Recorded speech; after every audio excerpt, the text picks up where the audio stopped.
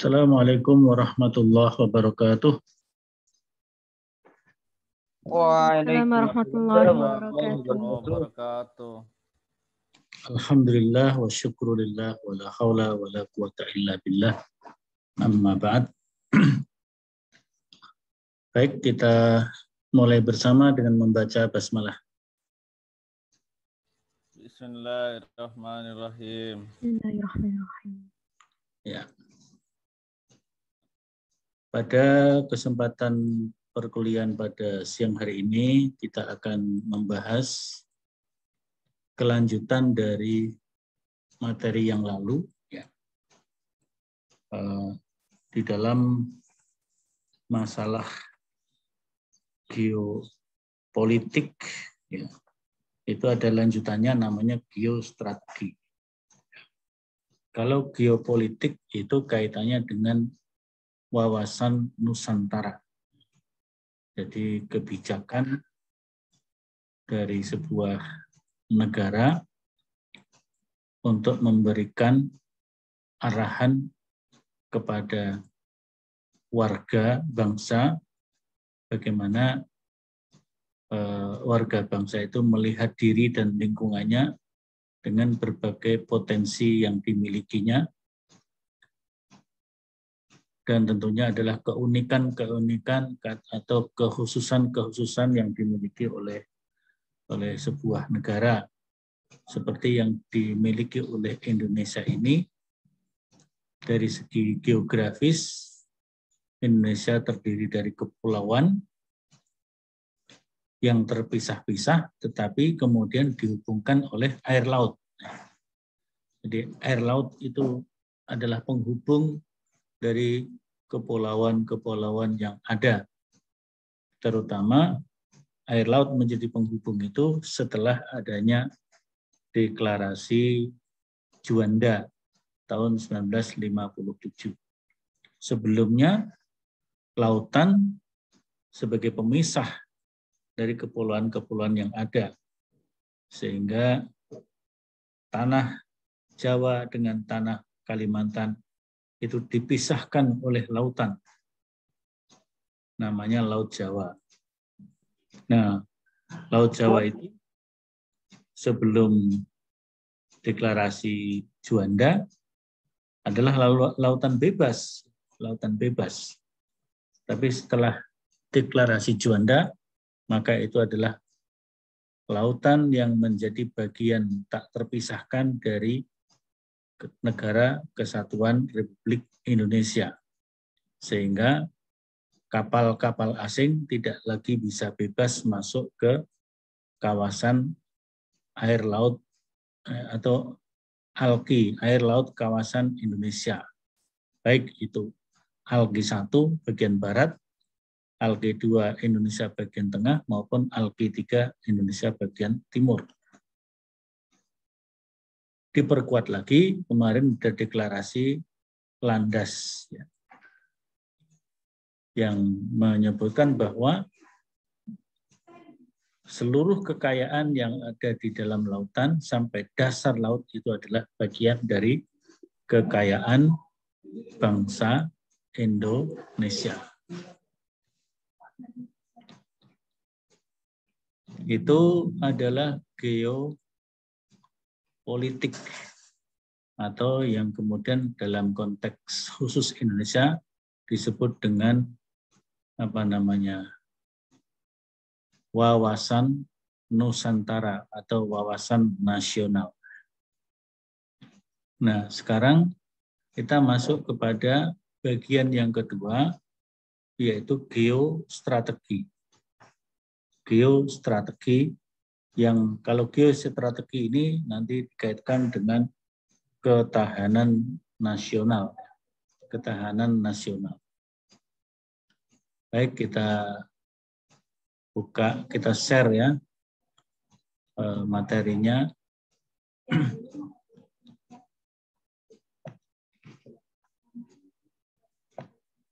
Jadi geostrategi dalam bahasa yang lain khas untuk Indonesia adalah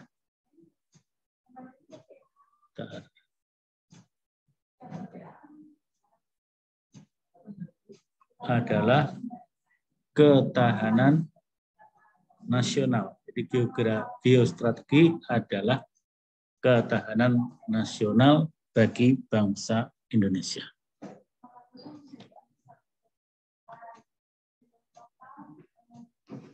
Nah, apa itu geostrategi? Pengertian geostrategi adalah suatu strategi dalam memanfaatkan kondisi geografis negara dalam menentukan kebijakan, tujuan, dan sarana untuk mewujudkan cita-cita proklamasi dan tujuan nasional. Cita-cita proklamasi dan tujuan nasional silahkan nanti dibaca di dalam Undang-Undang Dasar 1945, baik dari pembukaannya maupun dari batang tubuhnya. Nah, dengan posisi geografis, potensi sumber kekayaan alam, serta besarnya jumlah dan kemampuan penduduk yang dimiliki, Indonesia menjadi ajang perebutan pengaruh negara-negara besar. Apalagi situasi geografis Indonesia sangat strategis di antara dua benua dan di antara dua samudra. Samudra Pasifik, Samudra Hindia, benua Asia dan benua Afrika. Dan itu menjadi lalu lintas bisnis, lalu lintas transportasi yang tentu membawa dampak ekonomi dan sebagainya, termasuk juga bisa jadi membawa kepada dampak pertahanan.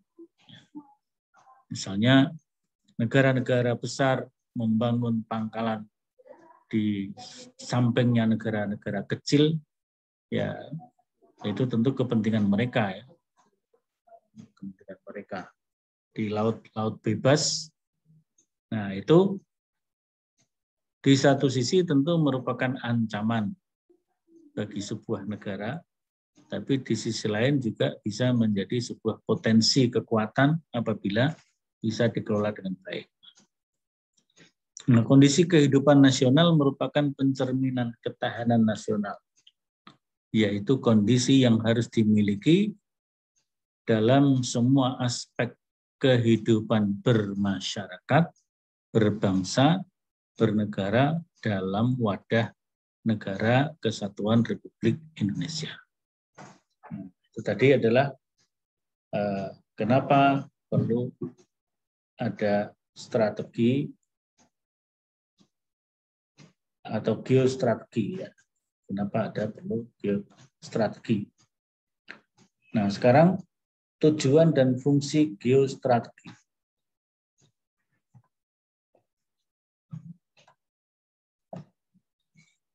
Geostrategi diperlukan dalam rangka menunjang keberhasilan tugas pokok pemerintahan. Maka geostrategi itu pengendalinya ada di pihak pemerintahan atau eksekutif.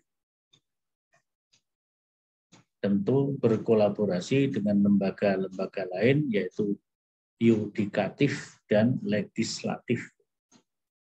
Pemerintah tidak bisa bekerja sendiri, dia harus kerjasama dengan Dewan Perwakilan Rakyat, merupakan perwujudan dari kekuasaan rakyat atau perwakilan rakyat.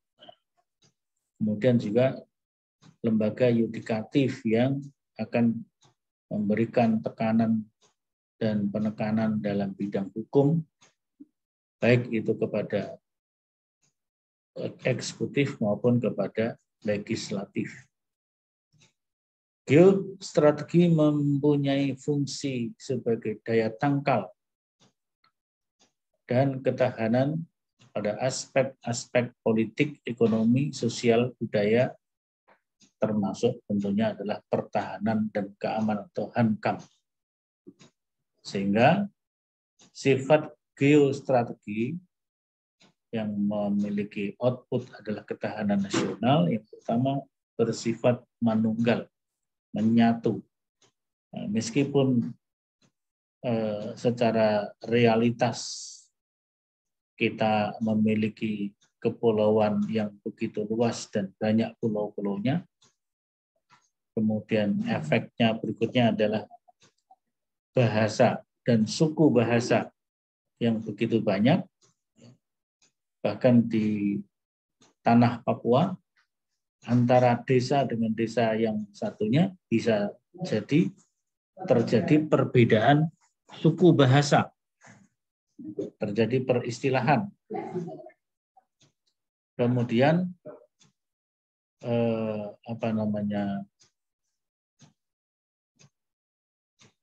bangsa juga begitu, sangat beragam etnisnya, tetapi kita memiliki satu kebijakan, satu pandangan, satu wawasan yang disebut wawasan Nusantara kemarin, yaitu wawasan manunggal, yaitu Bhinneka Tunggal Ika. Maka sifat geostrateginya pun juga manunggal, Bhinneka Tunggal Ika.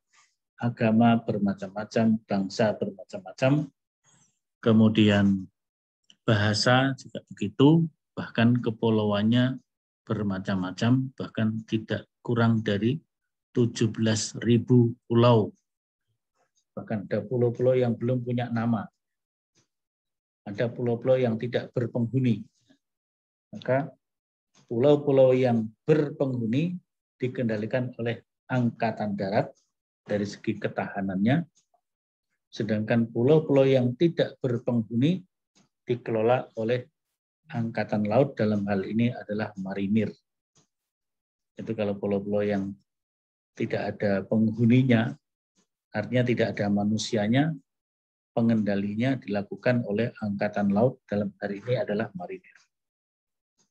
Geostrategi punya sifat yang lain, mawas ke dalam, kewibawaan, berubah menurut waktu, tidak membenarkan sikap adu kekuasaan dan adu kekuatan, hampir sama dengan kemarin ya, geopolitik juga.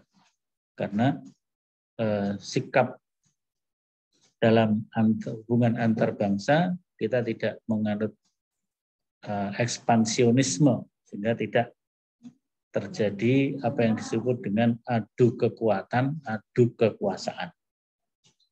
Percaya pada diri sendiri, tidak tergantung kepada pihak lain. Itu sifat geostrategi untuk mencapai ketahanan nasional. Konsep dasar strategi yang pertama adalah teori atau model. Konsepsi adalah teori atau model yang merupakan pedoman dalam menciptakan ketahanan nasional melalui pembangunan seluruh aspek ketahanan nasional. Jadi secara konsepsi seperti itu maknanya. Nah, kemudian aspek tersebut meliputi aspek Trigatra dan Pancagatra yang keduanya disatukan menjadi Astagatra. Asta itu 8, lagi 8 gatra, 8 unsur, 8 komponen. Trigatra, asta atau 8 itu dibagi 2, 3 dan 8. Trigatra dan Pancagatra. 3 elemen dan 5 elemen. Nah, 3 elemen yang pertama sifatnya adalah alamiah. Ya. Sebelum itu, model Astagatra ini merupakan model yang berisi 8 gatra atau Astagatra yang kemudian terbagi menjadi 2, yaitu Trigatra dan Pancagatra. Nah, Trigatra adalah gatra yang bersifat alamiah. Maka geografi, ya, aspek pertama adalah geografi, wilayah yang terdiri dari kepulauan dan lautan itu, ya, itu merupakan potensi alam, ya, atau elemen alamiah. Yang kedua juga sumber daya alam, ini sumber kekayaan yang ada di dalam bumi dan laut dalam wilayah Indonesia itu juga merupakan gatra alamiah. Dan yang ketiga adalah keadaan dan kemampuan penduduk atau demografi. Jadi demografi itu maknanya adalah keadaan dan kemampuan penduduk. Mampu apa? Mampu untuk mengelola sumber daya alamnya, mampu mengelola sosiopolitiknya, sosioekonominya, sehingga suatu negara bisa memiliki ketahanan ketika mendapatkan gangguan-gangguan dari pihak luar. Nah, ini adalah gatra alamiah. Berupa 3 gatra. Kemudian pancagatra ini gatra sosial. Gatra sosial ini terdiri dari ideologi, politik, ekonomi, sosial budaya, dan hankam. Yang sering kita kenal dengan Hippolexus Bud hankam. Nah, ini ada 5. Jadi ini gatranya adalah gatra sosial, boleh dikatakan gatra abstrak. Kalau yang trigatra adalah gatra konkret. Gatra konkret dan gatra abstrak, atau gatra alamiah dan gatra sosial. Yang alamiah bersifat hardware, yang sosial bersifat software. Nah, sekarang hubungan antar komponen strategi antar gatra. Maka gatra geografi berkaitan dengan sumber daya alam. Gatra geografi juga berhubungan dengan penduduk. Gatra sumber daya alam berhubungan dengan penduduk. Jadi trigatra alamiah itu saling berhubungan, saling terkait antara satu dengan yang lain. Jadi G SDA, G penduduk, SDA penduduk. Nah, sekarang untuk gatra sosial itu konteksnya ideologi berkaitan dengan Hippolexus Bud hankam. Politik Hippolexus Bud hankam. Seterusnya sampai hankam itu sendiri juga berkaitan dengan ideologi, politik, ekonomi, sosial, budaya, pertahanan, dan keamanan. Jadi untuk menguatkan pertahanan dan ketahanan ini, unsur-unsur atau komponen-komponen strategi itu antar gatra itu saling dikaitkan satu sama lain. Nah, sekarang implementasi ketahanan nasional. Implementasi ketahanan nasional. Cara politik menghadapi globalisasi perlu peningkatan kompetensi diplomatik, menjadi perundingan internasional, menjadi perunding internasional maksud saya ya. Jadi Indonesia dengan daya tawar yang memadai, tentu pada masa-masa Indonesia kuat, sekarang ini kondisinya seperti apa ya? Boleh dikatakan kuat atau lemah. Jadi selain itu banyak kasus disintegrasi disebabkan oleh ketidakadilan politik, ekonomi, hukum, dan budaya. Nah, ini termasuk bagaimana mengeliminasi, meminimalisasi kasus-kasus yang mengarah kepada disintegrasi bangsa yang disebabkan oleh berbagai aspek, ya, baik itu sosial, politik, hukum, ekonomi, budaya, pertahanan, keamanan, dan sebagainya. Dari aspek ekonomi, hal-hal yang harus dibenahi adalah menata kebijakan fiskal, industri dalam negeri, dan swasembada pangan. Pada masa Pak Harto, Indonesia sudah sempat swasembada pangan, bahkan mengekspor pangan, mengekspor beras. Nah, sekarang justru tidak seperti itu. Ini menjadi evaluasi kita bersama. Apakah dengan begitu ketahanan kita menjadi rawan dari ketahanan atau tidak? Yang berikutnya adalah aspek sosial budaya, ekonomi sosial budaya. Yang ketiga adalah sosbud, sosial budaya. dibuat standarisasi pendidikan, kerukunan umat beragama, dan sistem jaminan sosial. Ini aspek sosial budaya.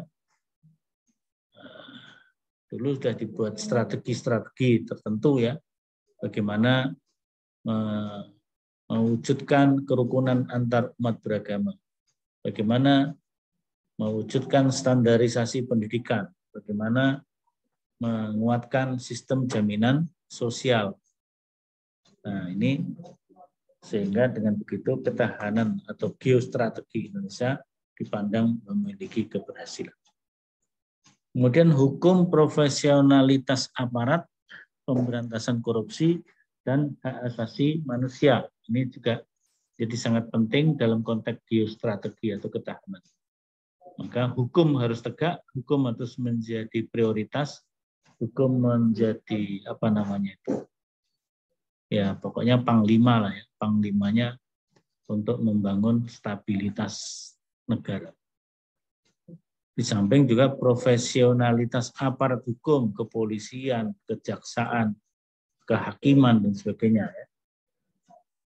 Itu menjadi sangat penting. Polisi harus profesional dan sebagainya dan sebagainya. Pemberantasan korupsi juga begitu, dan juga penegakan hak asasi manusia. Ini saya kira hal-hal yang penting ya. Nah, sekarang ini yang perlu kita perhatikan, kita bangsa Indonesia khususnya dan juga bangsa-bangsa yang lainnya sedang menghadapi pandemi COVID-19. Nah, pandemi COVID-19 ini memang pertama yang diserang adalah orang per orang, ya. Orang per orang dari segi kesehatan diserang, bisa sampai meninggal atau cukup sakit, sakit parah, sakit setengah parah, sakit tidak parah, kemudian bisa sembuh. Nah, tentu kondisi ini akan mempengaruhi geostrategi dari sebuah negara atau mempengaruhi ketahanan nasional. Maka yang menjadi tugas saudara yaitu membuat dialog dalam bentuk bisa MP4, bisa MP3. Saudara buat dialog direkam dalam bentuk MP4, berarti saya nggak lihat orangnya, tapi ada tulisan siapa yang ada dalam dialog itu. Maka di sini, ya kalau dialog nggak bisa sendiri, mesti harus berkelompok. Ya. Berkelompok bisa 2, bisa 3 orang. 2 atau 3 orang. Jadi saudara membangun sebuah kelompok yang membicarakan tentang berbagai macam tadi, geostrategi dan ketahanan nasional terkait dengan ujian pandemi COVID-19. Jadi bagaimana strategi dari bangsa Indonesia untuk membangun ketahanan nasionalnya. Tentu di sini ketahanan multidimensional, termasuk dalamnya pemberantasan korupsi dan penegakan hak asasi manusia. Ya, jadi saudara membuat dialog bisa 2 orang, bisa 3 orang. Dialognya cukup dibatasi 7 menit saja, ya, 7 menit saja. Kurang lebih 7 menit, ya, kurang lebih 7 menit dialog tentang ketahanan nasional, tentang geostrategi, dan bagaimana ketahanan nasional, geostrategi itu berjalan di Indonesia. Indonesia menggunakan pendekatan Astagatra. Ada gatra alamiah dan ada gatra sosial. Saya kira perlu Anda pelajari lagi ya. Anda pelajari lagi, kemudian Anda membuat sebuah dialog pendalaman materi, bisa 2 orang atau 3 orang, direkam, bisa dalam bentuk MP3, berarti hanya audio, tapi bisa juga menjadi MP4 atau video, sehingga itu juga audio visual. Audio visual, silakan. Apakah ada pertanyaan?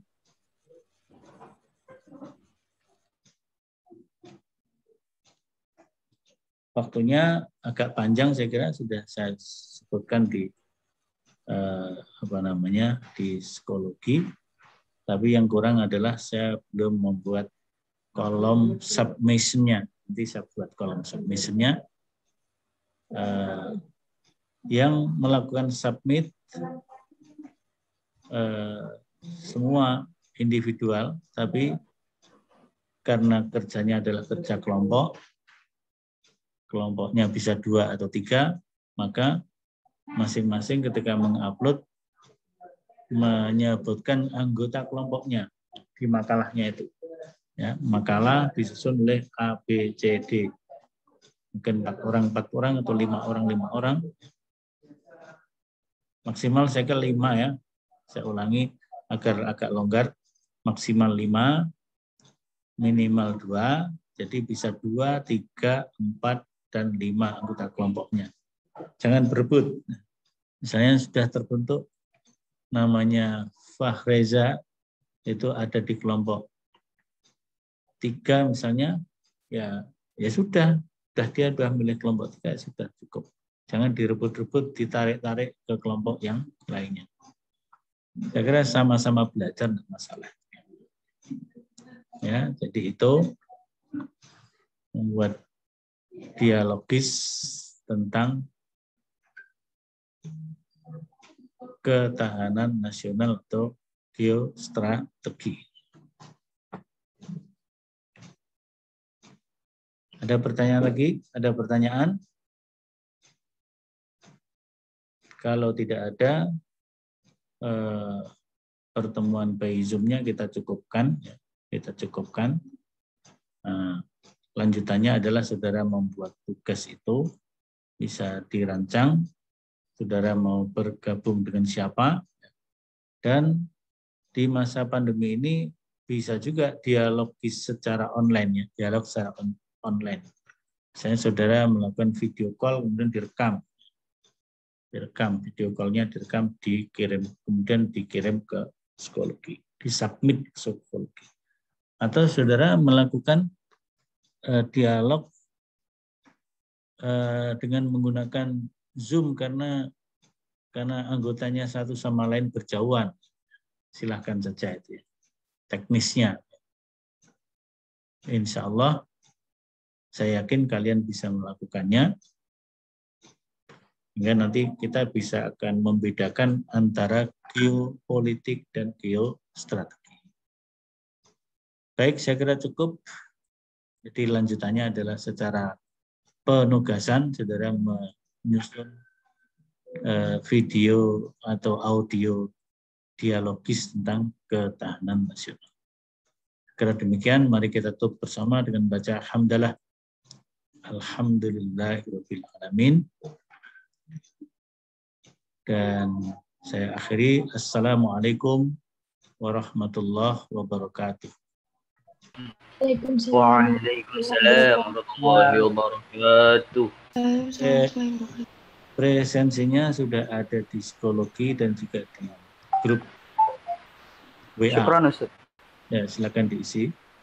Dan nanti saya tambahkan submission-nya untuk mengirim audio atau audio visualnya atau videonya. Video singkat 5-7 menit saja. Terima kasih.